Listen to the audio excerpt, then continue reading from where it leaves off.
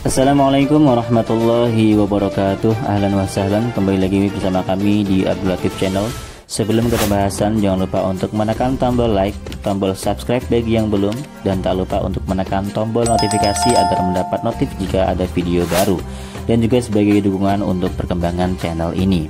Toyib, langsung kita ke pembahasannya. Nah, pada pertemuan kali ini kita akan melanjutkan tentang kajian Sirah Nabawiyah atau sejarah Nabi Muhammad Shallallahu Alaihi Wasallam, kisah hidup Nabi Muhammad Shallallahu Alaihi Wasallam menggunakan kitab Khurasa Nurul Yakin. Dengan kitab ini sangat simpel dan singkat menjelaskan runtutan sejarah Nabi Muhammad Shallallahu Alaihi Wasallam. Nah, di sini kita sudah sampai ke chapter 8. Zawajuhu bisayyidah Khadijah, yaitu pernikahan Rasulullah Shallallahu Alaihi Wasallam dengan Sayyidah Khadijah. Yang pertama, ba'da ruju'ihi bisyahraini min safratihi saniyah. Ba'da ini artinya setelah, ya. Setelah kepulangan Rasulullah Shallallahu Alaihi Wasallam bisyahraini lebih 2 bulan min safratihi dari perjalanan beliau untuk berdagang asaniyah yang kedua. Jadi setelah pulangnya Nabi Muhammad SAW, jarak 2 bulan dari itu, setelah pulangnya dari perjalanan kedua, tazawaja menikah bisayyidati Khadijah. Rasulullah SAW menikah dengan Sayyidah Khadijah.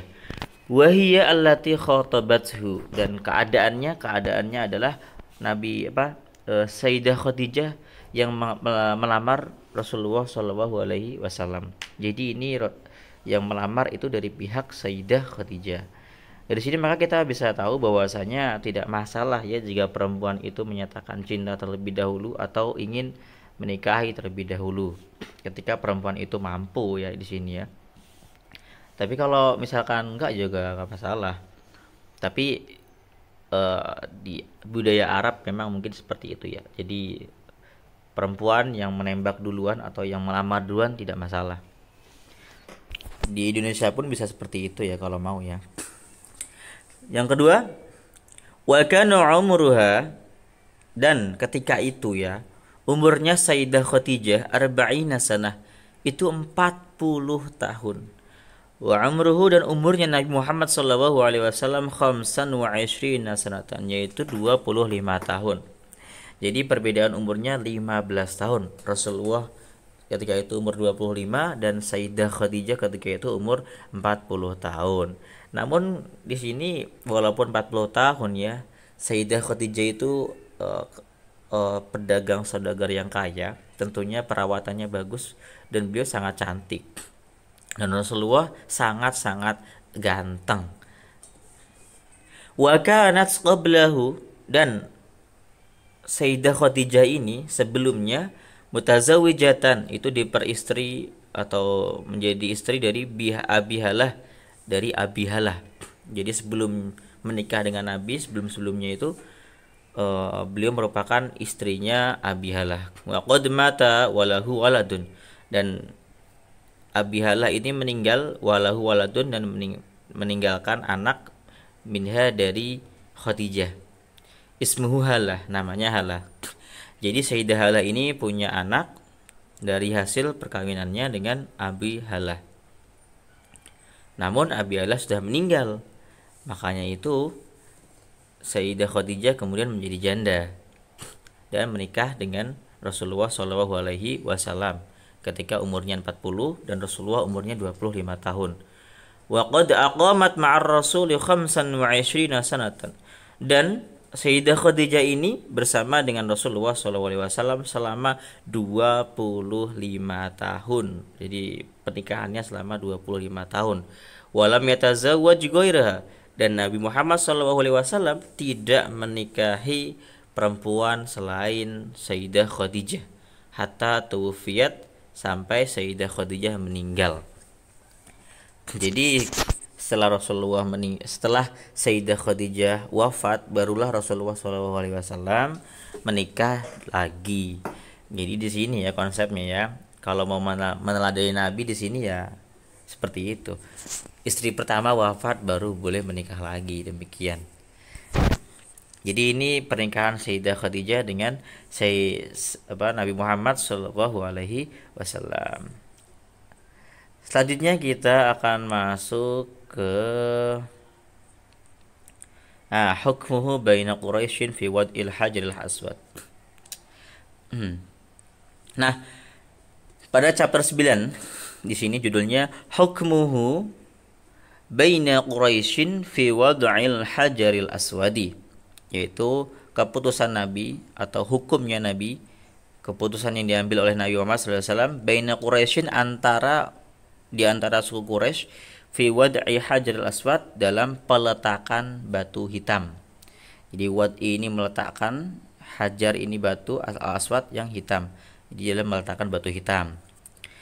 Yang pertama, fil khamisati wa salasina min umurihi. Nah, jadi di sini cara mengucapkannya, di umur yang keberapa, itu cara bahasa Arabnya seperti ini. Disebutkan fi, kemudian disebutkan umur keberapanya, ditambahkan lafaz min umurihi. Di sini al-khamisah wa salasin artinya 35. Maka di sini diartikan di umur beliau yang ke-35, hadamat menghancurkan Quraisyun, orang-orang Quraisy al-Ka'bah, Ka'bah. Ini Quraisy menjadi fa'il, al-Ka'bah menjadi maf'ul bih. Maka di sini artinya orang-orang Quraisy menghancurkan Ka'bah. Untuk apa? Wajadadat. Nah, untuk apa? Di sini untuk memperbarui bina'ah, bangunannya. Jadi orang-orang Quraisy menghancurkan Ka'bah untuk memperbarui bangunannya. Ini di tahun keberapa? Yaitu ketika Rasulullah SAW berumur 35 tahun.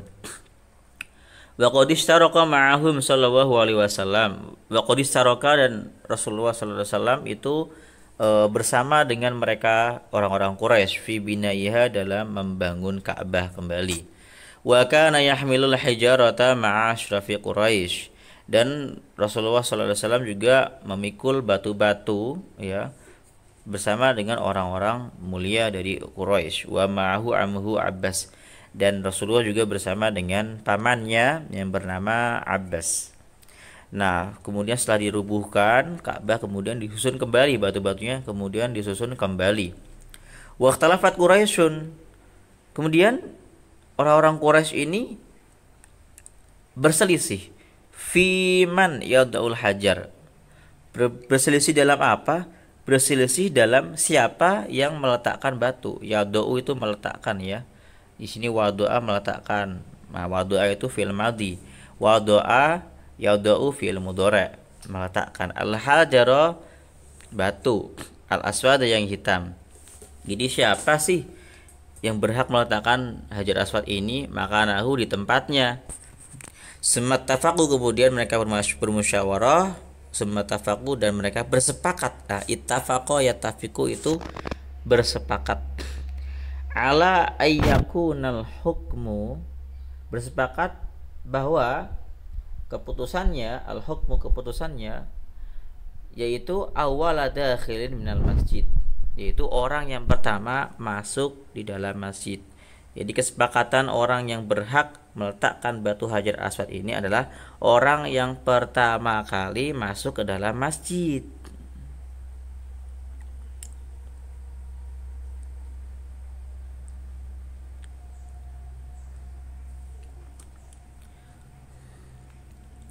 Fakana awwala dakhilin Rasulullah sallallahu alaihi wasallam. Maka kemudian ternyata orang pertama yang masuk dalam masjid adalah Rasulullah Shallallahu Alaihi Wasallam. Fafarihat Quraisyun bih.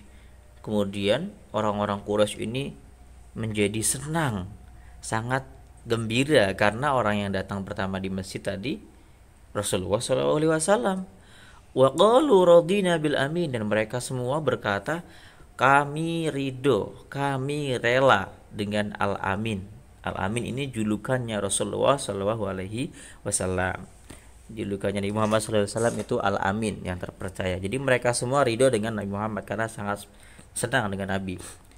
Fawadu al-hajara firidain. Nah, ini perilakunya Nabi yang sangat bijaksana ya.